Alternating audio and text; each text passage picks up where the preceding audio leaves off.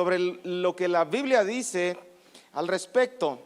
De hecho, es un día importante para nosotros, yo diría de suma importancia para cada uno de nosotros que creemos en el Señor Jesucristo, porque marca un punto fundamental, toral, en la historia de la humanidad entera, no solamente nosotros como creyentes, sino todos aquellos que han de creer también. La Biblia menciona sobre este hecho, principalmente en Lucas, cómo fue el nacimiento de Jesús. Pero ¿qué simboliza? ¿Qué significa? ¿Qué es lo que el Señor nos está diciendo a cada uno de nosotros con este acto tan maravilloso que pasó hace alrededor de 2000 años aproximadamente? De hecho, la palabra Navidad viene de natividad, de la palabra natividad, que significa nacimiento. Y precisamente nosotros celebramos el nacimiento de nuestro Señor Jesucristo en este tiempo. Y son bonitos días, ahorita sentí así como que medio melancólico, cosas así, en los que la familia se reúne, la familia comparte, hay buenos deseos, hay muchas cosas buenas. Pero más allá de todo ello, hay algo más que nosotros tenemos que entender, porque nosotros que somos la iglesia de Dios, llevamos el mensaje a todo el mundo de quien verdaderamente es Jesucristo. Dice la palabra que nosotros somos la imagen de Dios aquí en la tierra, somos sus embajadores. Y adentrándonos en la palabra, en Isaías 7:14, el Señor habla una señal. Se levanta el profeta Isaías hablándole al rey Acab y le menciona un versículo que es fundamental para nosotros y dice: por tanto, el Señor mismo dará señal, os dará señal. He aquí que la virgen concebirá y dará a luz un hijo y llamará su nombre Emmanuel. Repite conmigo, Emmanuel.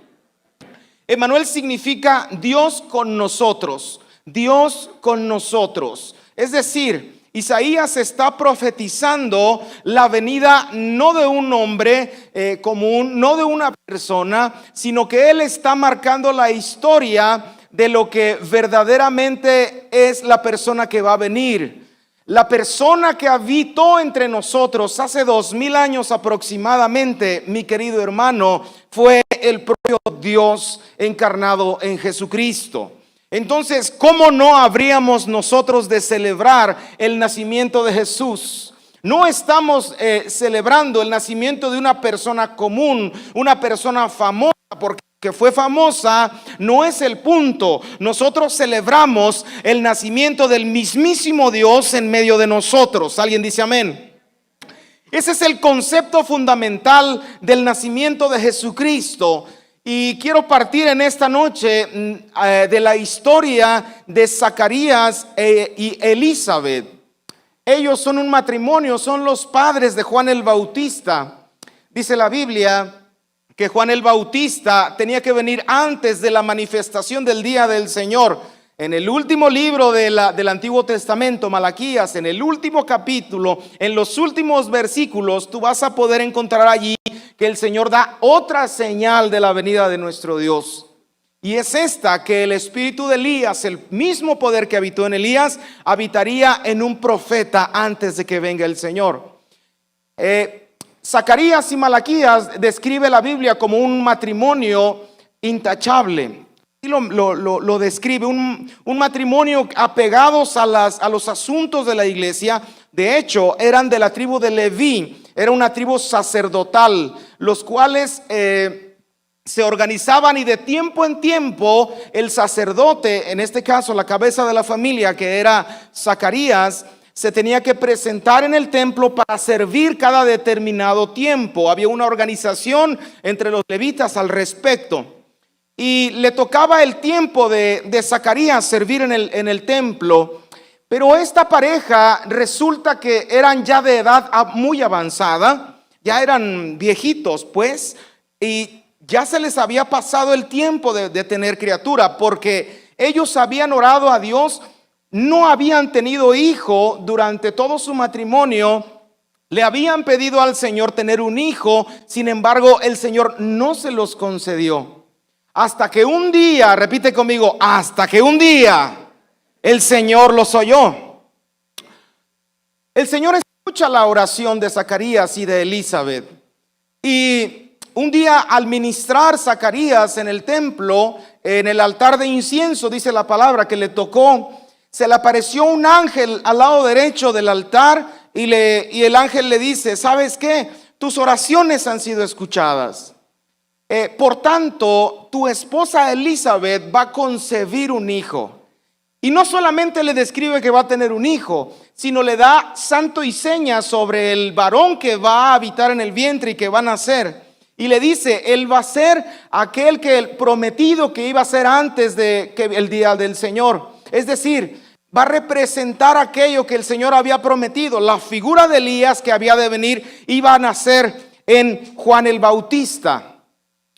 Entonces, Zacarías se queda impresionado y le dice al ángel, pues pocas palabras, ya se nos pasó el tiempo. Es el ángel Gabriel: ángel, ya se nos pasó el tiempo. Se quedó literalmente atónito. Entonces el ángel Gabriel, a consecuencia de su incredulidad, lo deja mudo.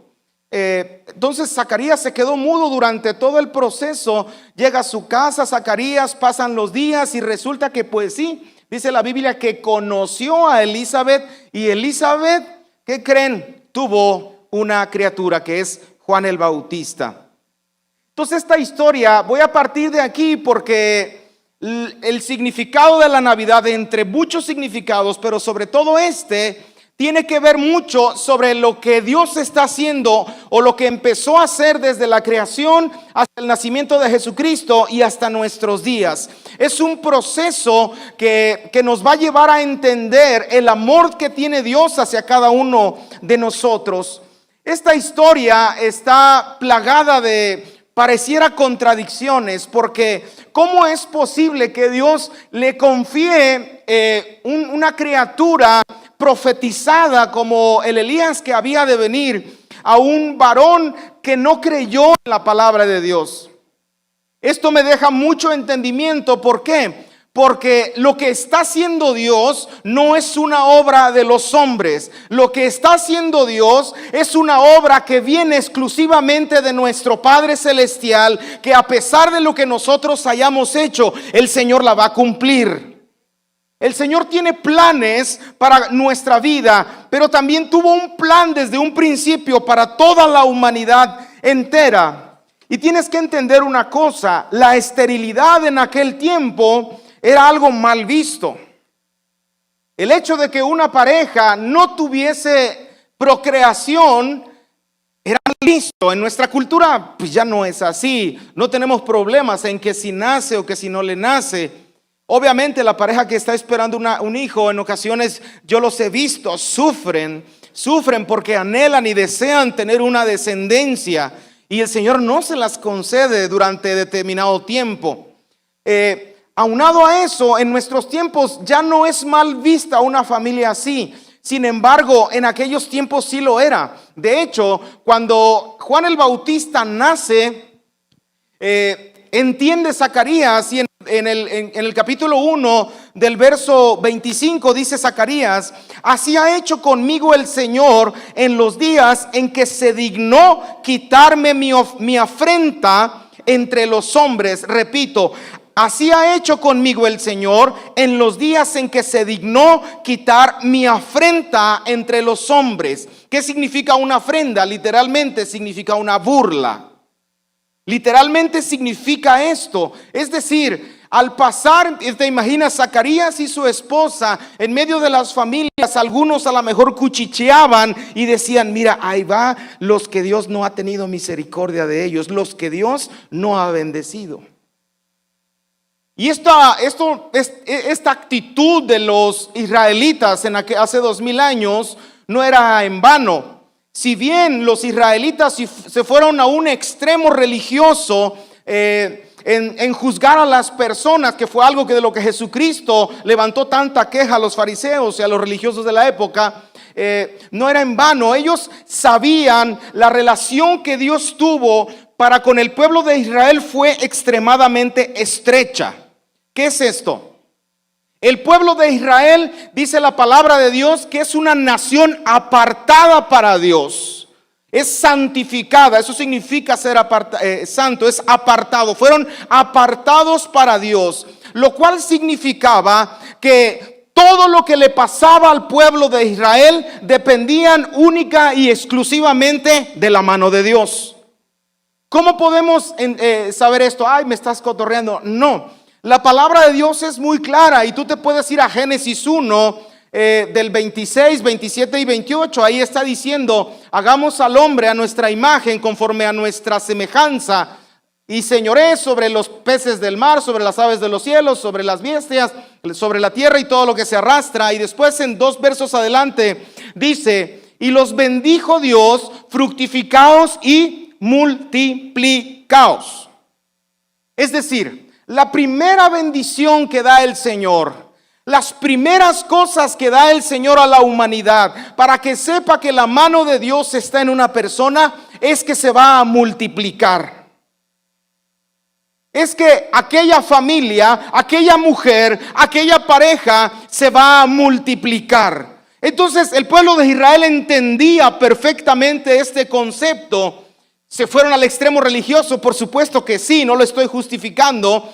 Y señalaban a las personas, pero no solamente tenían ese fundamento los israelitas, sino que entendían lo que dice Deuteronomio 28 respecto a las bendiciones y a las maldiciones. Si puedes ir allá a tu Biblia, en Deuteronomio 28, el versículo 4, dice la escritura: bendito el fruto de tu vientre. Está hablando que cuando seas obediente y no te vayas con los ídolos, y dice el Señor: bendito el fruto de tu vientre, el fruto de tu tierra, el fruto de tus bestias, la cría de tus vacas y los rebaños de tus ovejas. ¿Te das cuenta cómo el Señor siempre precede la bendición con una situación como esta? No solo está hablando de la procreación humana, sino también abarca todo lo que la persona, lo que el hombre tiene en su posesión. Está hablando de animales, está hablando de su tierra, de sus plantas, de sus cultivos. Está hablando de todo lo que tiene. Característica fundamental de un hijo de Dios, que la mano de Dios está con él, es que se está multiplicando. Repite conmigo: yo nací para multiplicarme. De hecho, los judíos actualmente persisten en esta cultura, y tú ves a los judíos y son, créeme, son muchísimos, ¿no? A pesar de las grandes genocidios, o no sé cómo se diga, en la humanidad que han sufrido los judíos, el pueblo del Señor, ellos mantienen esto y los ves y no les cuentas 1, ni 2, ni 3. O sea, completan el equipo. Y se multiplican. ¿Por qué? Porque ellos entienden esta parte. Entonces, no de en vano, entonces los judíos, o los israelitas más bien en aquel tiempo, condenan a las personas y les dicen: si algo es, no le está yendo bien al fulanito de tal, es porque algo hizo. Es porque la mano de Dios se apartó de él.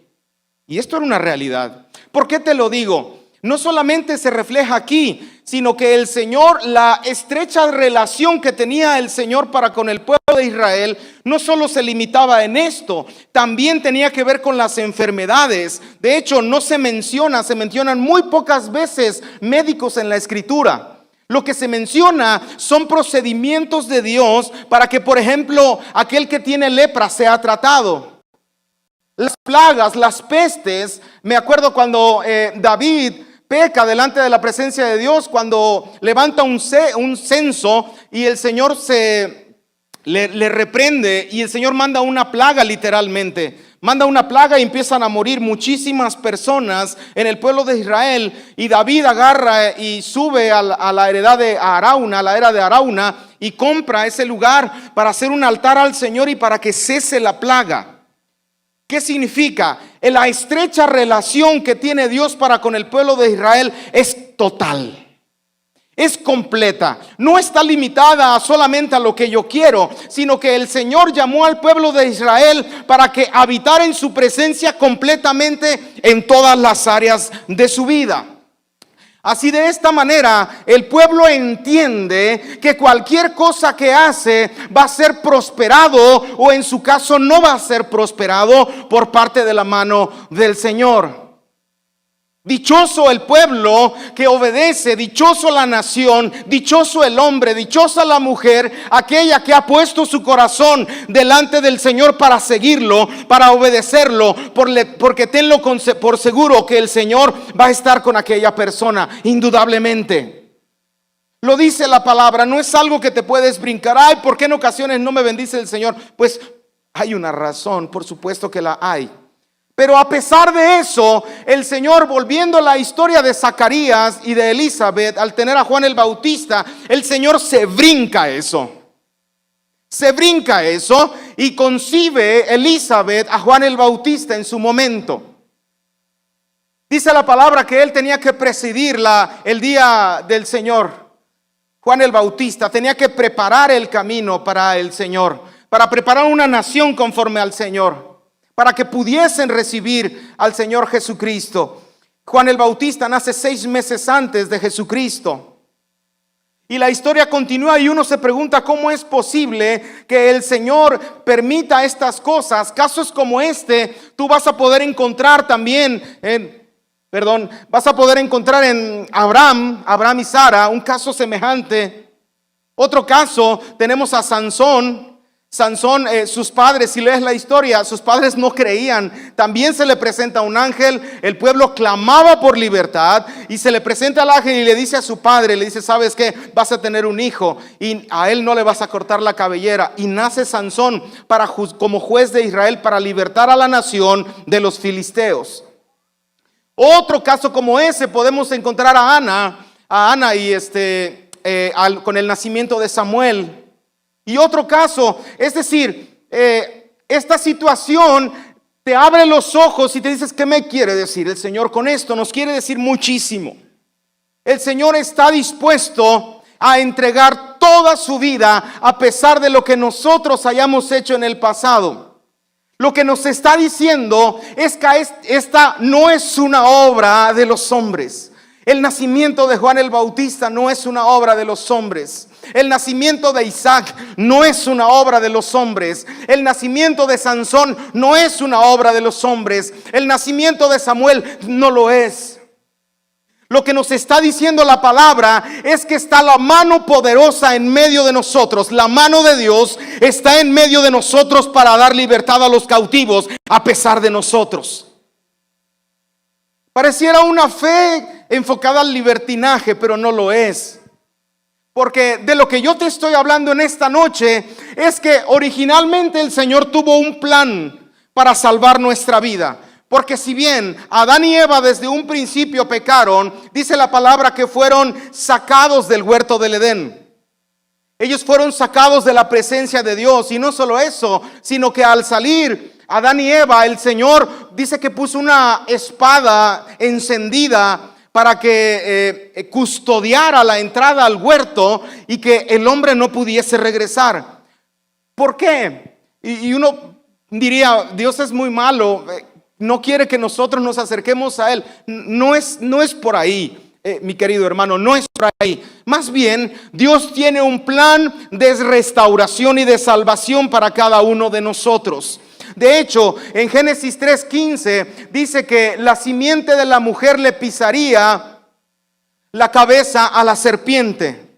Es la profecía de que Jesucristo iba a venir una vez. Si el Señor está cerrando el paso para que los hombres no regresemos a la presencia de Dios, entonces ¿cómo el Señor nos va a salvar? Y es un plan bien estructurado de parte de Dios, del cual yo me gozo y me gozaré todos los días de mi vida. Porque a pesar de que Adán y Eva pecaron, el Señor sí saca del huerto, nos saca del huerto, lo cierra completamente. Entonces queda solamente una posibilidad de que nosotros seamos salvos. Y la única posibilidad es, nosotros no podemos regresar, pero el único que sí puede venir es Dios a nosotros. Por eso el profeta Isaías se levanta y dice, Emanuel, Dios con nosotros, va a nacer un niño. No es cualquier niño, hermano. no es un humano, no es un hombre como tú y como yo. Es Dios mismo encarnándose en Jesucristo. Es Dios mismo para que nosotros le conociéramos tal y como es. Para que el proceso de restauración de parte de Dios sea hecho en nuestra vida. Porque acuérdate, nosotros no podemos regresar, pero Dios sí viene a rescatarnos a nosotros. ¿Cómo no va a ser digno de celebración esto? Amén. Y fíjate que era tan estrecha el hecho de que el pueblo de Israel tenía la concepción completa, como tú y yo la debemos de tener, de que Dios es el único que los va a bendecir. ¿Cómo te explicas que una nación tan pequeña, mucho más pequeña del estado de Guerrero, pueda tener un Dios diferente, una ideología diferente? Todas las naciones de alrededor tenían multitud de dioses. A las personas se les identificaba por dos cosas. Número uno, de la nación de la que pertenecía, y número dos, a qué Dios adoras. Nosotros adoramos a nuestro Dios, al único Dios, a Jehová de los ejércitos. ¿Alguien dice amén? A Jonás en un día, él, para desobedecer la palabra de que Dios le había dado, en vez de ir a un lado, gira 180 grados y se va para el otro lado. Agarra un barco dirigido como para España por aquellos rumbos, cuando están en el barco dice que empieza el océano a embravecerse muy fuerte. Entonces había una costumbre entre los marineros que pues alguno que no tuviera tanta suerte o algún maldecido tenía la culpa de la situación que estaba pasando en el mar. Es decir, los dioses se enfurecían tanto de tal manera que alguien debía tener la culpa. Entonces se echaron suertes entre uno, entre otro y entre otro, y cayó la suerte a Jonás. ¿Y sabes cuál fue la primera pregunta que le dijeron? ¿De dónde eres? ¿Y quién es tú?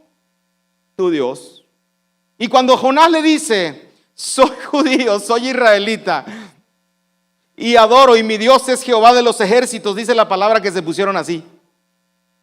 La fama del Señor en aquel tiempo ya había acrecentado en todas las naciones. Y esto nos habla muchísimo, mi querido hermano, porque nosotros tenemos que transmitir la fama que Dios tiene para donde quiera que nosotros vayamos. Así pues, la estrecha relación entre Israel y su Dios, que es nuestro Dios, hay una palabra, por ejemplo, que dice en Deuteronomio 7:15: y quitará Jehová de ti toda enfermedad y todas las malas plagas de Egipto que tú conoces. No las pondrá sobre ti, antes las pondrá sobre todos los que te aborrecen. Fíjate, puedes discernir, puedes entender cómo la estrecha relación que tiene Dios para con su pueblo había sido tal que el pueblo de Israel no tenía que ir a otro lugar a pedir ayuda. Sabía que todo lo bueno que pasaba en su tierra provenía de Dios, pero también todo lo malo, adivina de quién provenía. También provenía de Dios. También provenía de Dios. En ese sentido, el pueblo de Israel, por eso cuando alguien pasaba y decía, no ha tenido hijos, entonces significa que es una persona maldecida.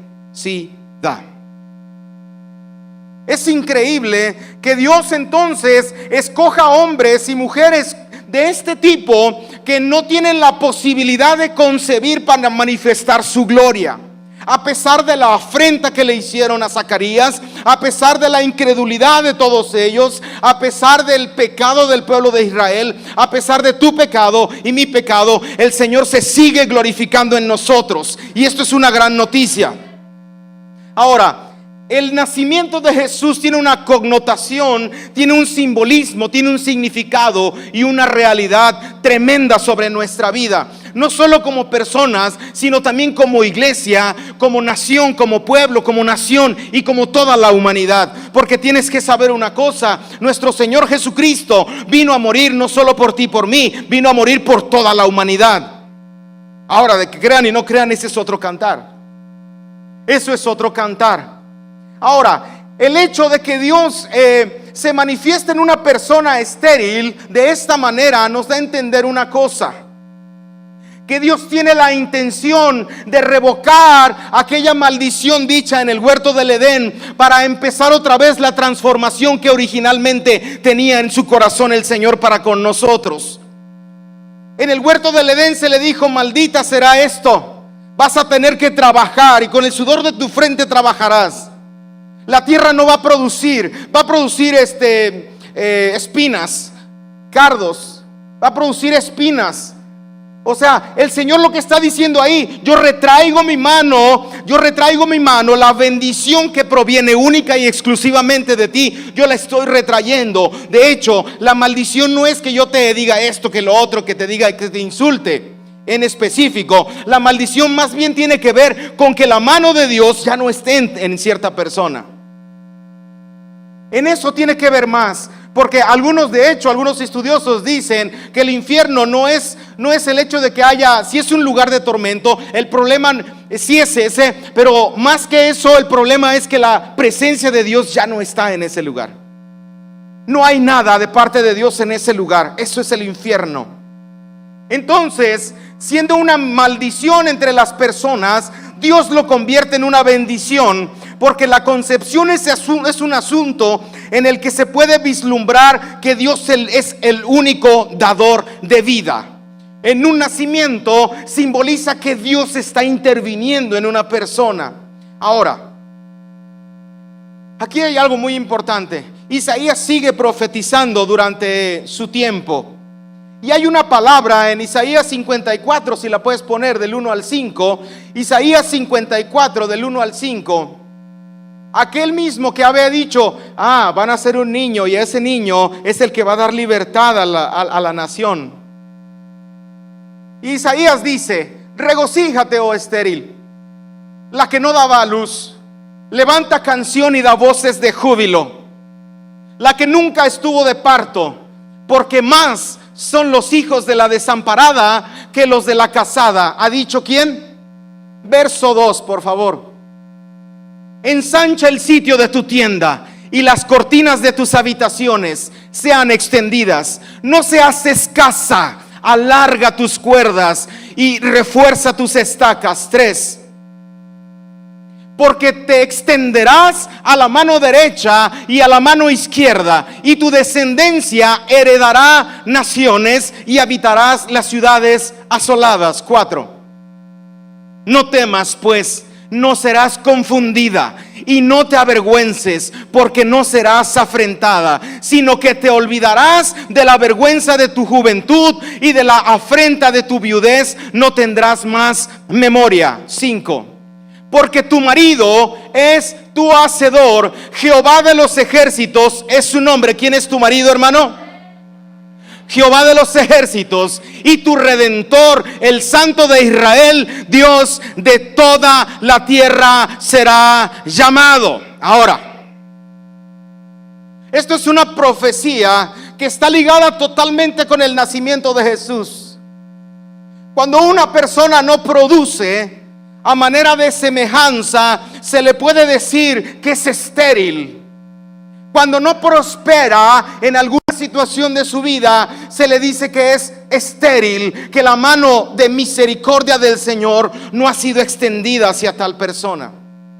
Pero aquí tenemos la profecía de parte de Dios diciendo que eso se va a acabar.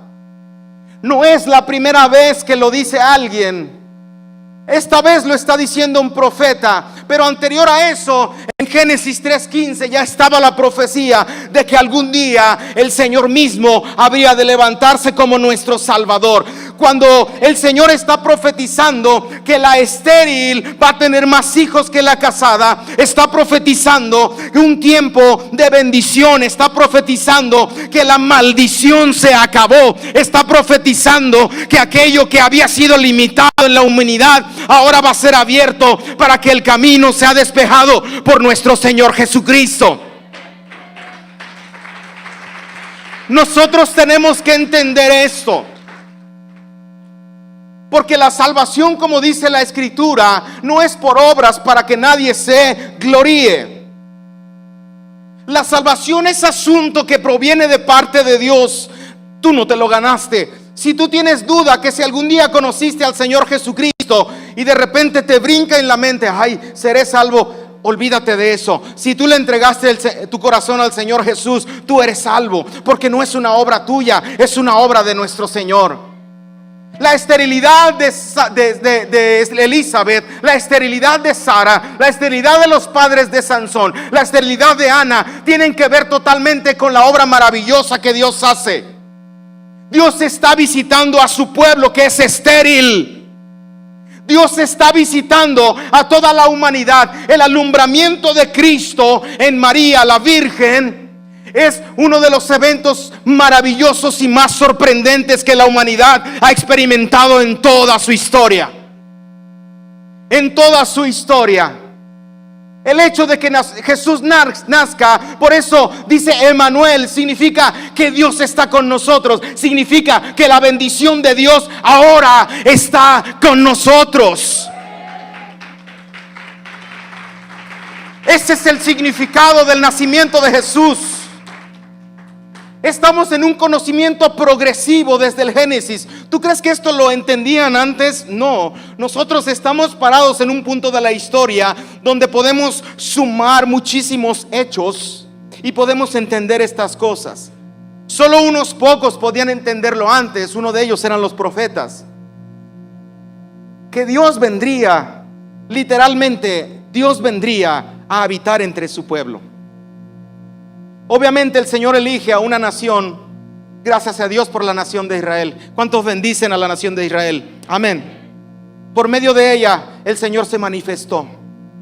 Y después el Señor Jesús, después de resucitar a los 40 días que estuvo aquí en medio de nosotros, le dijo a sus discípulos: vayan a Judea, a Samaria. Recuérdame, Judea, en Jerusalén, Judea, Samaria y hasta lo último de la tierra. Y ahí es donde entramos ya nosotros. La obra del Señor es maravillosa. Es maravillosa. Tiene grandes cosas que enseñarnos.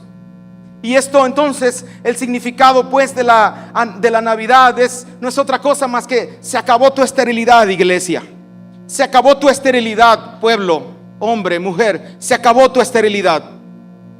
Antes fuiste maldecido y no producías, porque la mano de Dios se apartó de ti y de mí. Y eso es cierto. La misma Biblia dice que nosotros nos llamábamos como hijos de ¿quién? Del diablo. No éramos hijos de Dios. Entonces tendíamos nuestra mano para poder alcanzar algo. Nos esforzábamos tanto para producir algo. Hacíamos la manera de que nuestra familia estuviera bien, pero tú entiendes que de repente no es suficiente para eso. Sientes que hay algo más todavía, algo que tú y yo no podemos alcanzar. ¿Qué faltaba? La producción y la bendición que dice la palabra que le corresponde a los hijos de Dios. Y no estoy hablando de prosperidad ni dinero, pero tengo que decir una cosa: el que una persona sea fructífera en todas las áreas de su vida es porque el Señor está en medio de él. No siempre, a lo mejor se esfuerza XY, pero dice la palabra de Dios que la bendición para los justos es eterna. Es eterna, es eterna. Entonces este significado tiene que ver con que la producción se renueva otra vez desde los días de Adán y Eva. Se renueva, la bendición de Dios para las personas se renueva otra vez. Significa que Dios está en medio de nosotros. Entonces el hecho de que celebremos la Navidad es bueno. De hecho la fecha del nacimiento de Jesús nadie sabe. No es el 25 de diciembre, no lo es. Algunos expertos hablan de por ahí de marzo, abril. Algunos dicen que entre septiembre y octubre. O sea, he leído varios artículos al respecto, pero no se sabe la fecha exacta. Pero tú y yo no celebramos la fecha, eso no nos interesa. Celebramos que el Señor Jesús estuvo entre nosotros. Celebramos que el Señor Jesús abrió la puerta de bendición. ¿Qué dice la Biblia? ¿Qué dice Jesús respecto de sí mismo? Dice la palabra que había una espada ahí encendida y nadie podía entrar para que no se encontrara el camino. Así lo dice literalmente la Biblia. Y Jesús dice: yo soy el camino, yo soy la verdad y yo soy la vida. Nadie va al Padre si no es por Él. Nadie va al Padre. El nacimiento de Jesús es todo lo que anhelaba el pueblo de Israel. El nacimiento de Jesús es todo lo que tú y yo deseamos en este día. Hoy celebramos no una fecha. Hoy no celebramos al Barrigona, que ya saben de quién se trata. Hoy celebramos no que te fue bien en el año. Hoy celebramos no que tus hijos están bien. Hoy celebramos que tenemos la bendición y la presencia del Padre, cada uno de nosotros, por el resto de nuestra vida.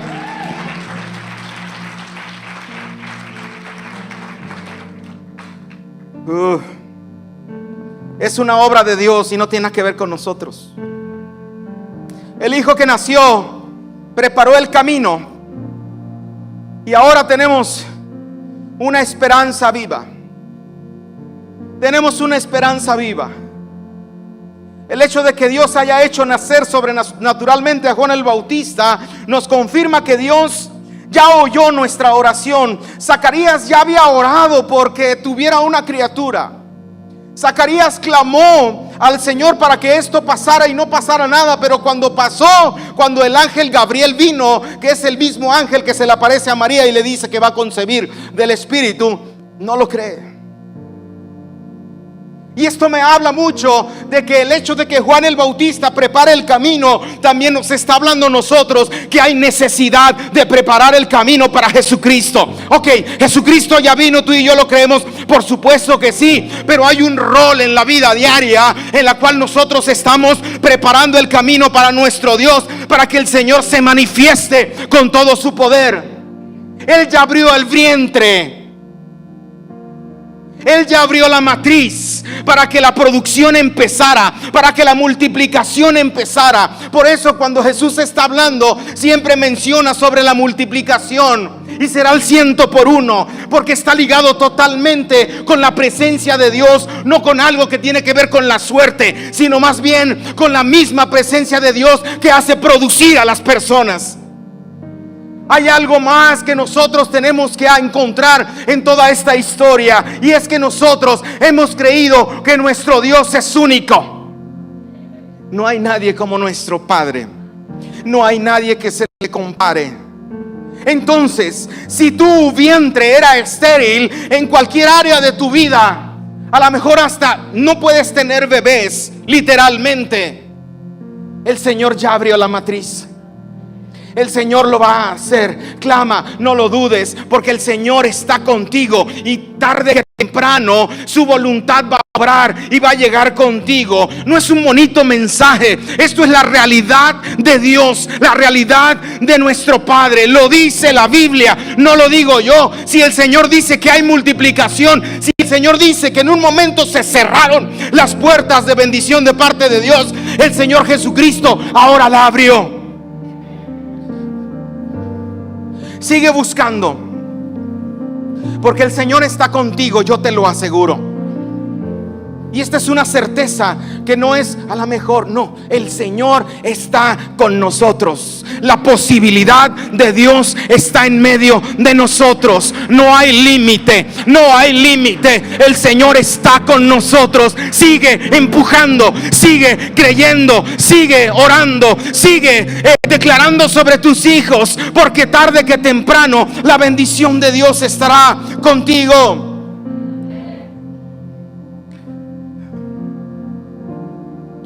No celebramos nuestras victorias, no celebramos a nuestra familia. Celebramos que todos los días de nuestra vida el Señor está pensando en nosotros. Celebramos que el Señor nos ama. Y en este tiempo es un muy buen tiempo de hacer precisamente lo que Jesús hizo. Algún día dijo Jesús: más bienaventurado es dar que recibir. Más bienaventurado es dar que recibir. ¿Sabes lo que hizo el Señor? Entregó lo más valioso, su propia vida. No fue dinero, porque Él es el dueño de todo. Él es el dueño de todo, no le falta nada. Pero Él marcó un pacto de amor desde antes de la creación, ya nos amaba. Y Él dijo, no se retractó. nos amó, y tal y como éramos antes de pecar nos amó, cuando pecamos nos amó, cuando salimos del huerto nos amó, y todavía el Señor nos sigue amando. Él se entrega por cada uno de nosotros. Se entregó por nosotros. Así nosotros es tiempo de dar. Si tienes que dar un perdón en estos días, hazlo. Si tienes que perdonar, si tienes que pedir perdón, si tienes que ir con alguien que necesita, hazlo, porque el Señor fue justo lo que hizo. Más bienaventurado es dar que recibir. Si no me equivoco, el día de mañana van a salir el Ministerio de Misiones, van a salir a repartir comida como un símbolo de estas cosas. Por ahí, si ven a Mayra, acérquense a ella. Mañana se van a juntar aquí a las 1. A la 1, amor. A la 1 se juntan aquí. Si tienes la intención, vente, es un buen tiempo. Pero también con tu familia. Y me gustaría despedirnos. Nos vamos a poner en pie. Vamos a leer un último pasaje. Aquí empieza la celebración. Empieza la celebración. Dice la palabra que no en el lugar, que Jesús nace en un pesebre, dice la Biblia. Había un censo. Augusto César mandó censar todo el imperio romano y todas sus colonias, y fueron llamados, tenían que ir a cierto lugar para que fueran censados. Entonces José y María, con María embarazada, le llegó el tiempo en ese censo. Entonces no estaban en su casa y ya los lugares estaban llenos, y tuvo que nacer en un pesebre. Y fuera de ese pesebre dice que había unos pastores por ahí cerca de ese lugar, y que se les aparece un ángel, y el ángel le dice estas palabras. Vamos a leerlo todos. 1, 2, 3. Había pastores en la misma región que velaban y guardaban las vigilias de la noche sobre su rebaño. Verso 9. Y he aquí, se les presentó un ángel del Señor, y la gloria del Señor los rodeó de resplandor, y tuvieron gran temor. 10. Pero el ángel les dijo: no temas, porque he aquí os doy nuevas de gran gozo, que será para todo el pueblo. Verso 11. Que os ha nacido hoy, síguele, un Salvador, que es Cristo el Señor. Verso 12. Esto os servirá de señal: hallaréis al niño envuelto en pañales, acostado en un pesebre. 13. Y repentinamente apareció con el ángel una multitud de las huestes celestiales que alababan a Dios y decían: gloria a Dios en las alturas, y en la tierra paz, buena voluntad para con los hombres. Otra vez 1, 2, 3. Gloria a Dios en las alturas, y en la tierra paz, buena voluntad con los hombres. Verso 15.